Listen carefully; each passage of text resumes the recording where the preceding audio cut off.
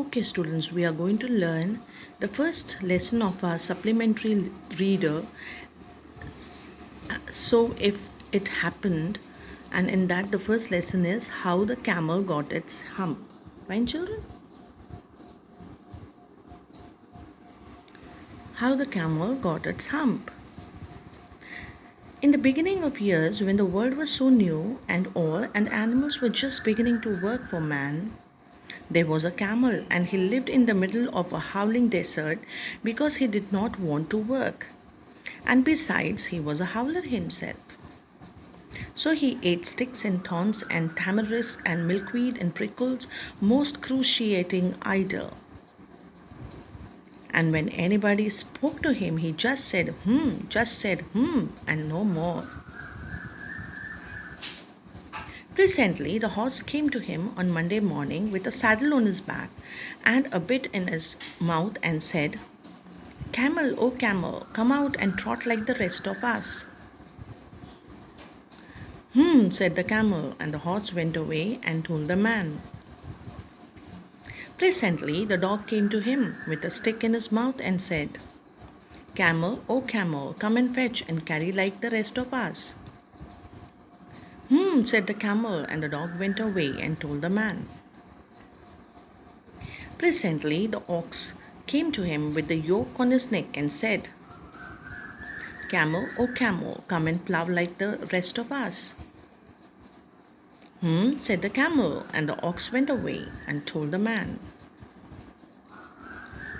At the end of the day, the man called the horse and the dog and the ox together and said, 303, I'm very sorry for you, with the world so new and all. But the hump thing in the desert can't work, or he would have been here by now. So I'm going to leave him alone, and you must work double time to make up for it.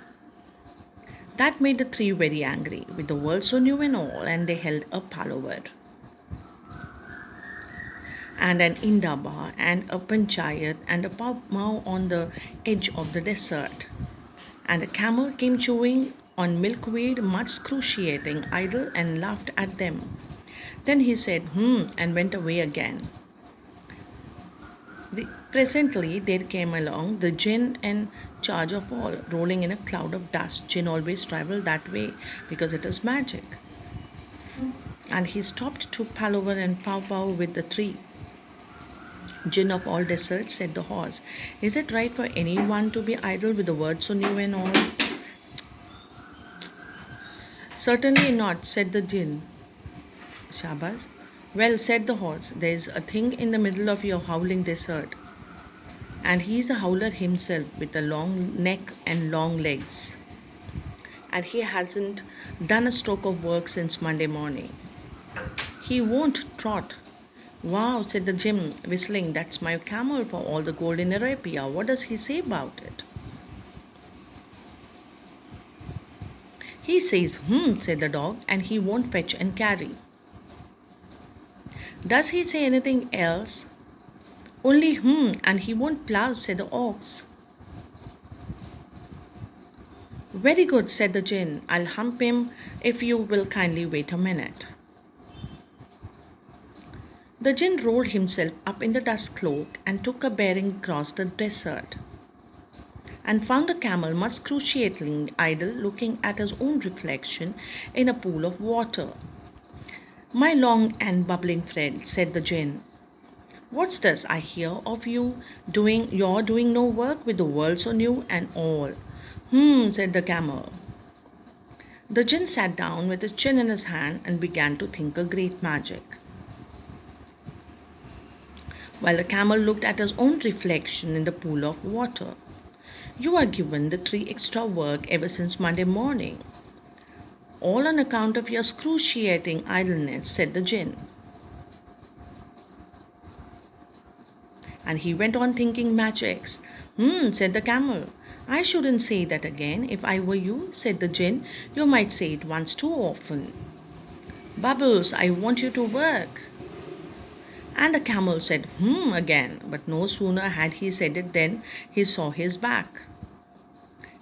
That he was so proud of puffing up into a great big lolloping hump. Do you see that? Said the jinn.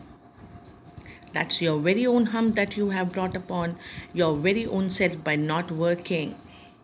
Today is Thursday and you're done. No work since Monday when the work began. Now you are going to work. How can I? Said the camel with this hump on my back. That's made a purpose, said the jinn, all because you missed these 3 days. You will be able to work now for 3 days without eating because you can live on your hump. And don't you ever say, I never did anything for you. Come on, come out of the desert and go to the tree and behave. Hump yourself. And the camel humped himself, hump and all, and went away to join the tree. And from that day to this, the camel always wear a hump. We call it hump now, not to hurt his feelings. But he has never yet caught up with the 3 days that he missed at the beginning of the world. And he has never yet learned how to behave. This is what you have learned, children, how the camel got his hump. Bye.